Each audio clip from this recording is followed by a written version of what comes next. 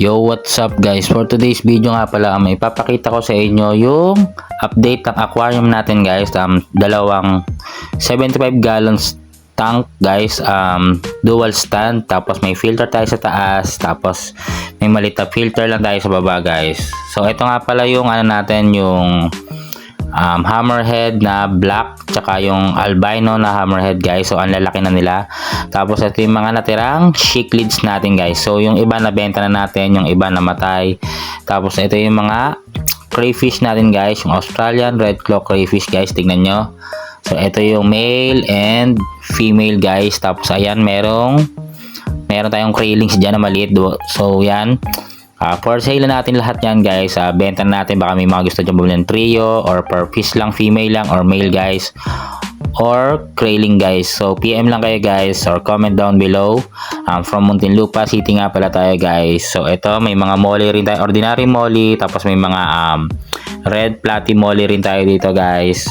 So yung mga cichlids ko nga pala guys, African cichlids, mga ordinary rin naman to, mga tangerine, yellow prince, albino, iceberg, blue, tapos meron tayong mga red jewel, meron tayong ito yung iceberg natin yan, yung white albino, tapos meron tayong electrical blue, blue kenny, and tangerine, ano pa ba?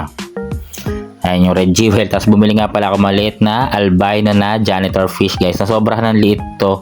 Kasi nagpunta kami pet shop kanina, bilhin namin si Julia Clay.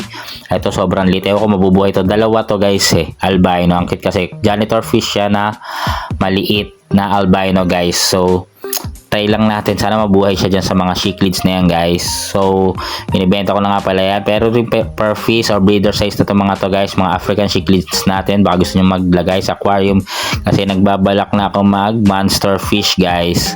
So ayan, baka gusto nyo yung mga cichlids natin guys. Tapos ito not for sale nga pala tong hammerhead natin, yung albino na hammerhead, yung color white, tsaka yung black, hindi yung for sale guys kasi parang gusto ko mag monster fish, tapos kasama yung mga yan guys. Baka may mga trip kayong bilhin dito guys, mga ARC natin, Australian red claw crayfish, o mga cichlids natin dito, baka may gusto kayo dyan.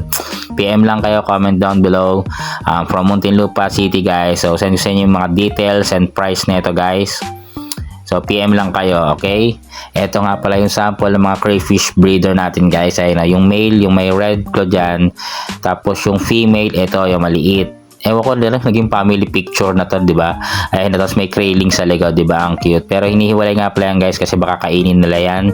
So para lang sila may family picture dyan, father and son. Tapos ayan yung female, di ba? So thank you for watching guys. Salamat. PM lang kayo or comment down below, baka may gustong bumili dito. Thank you. Bye bye.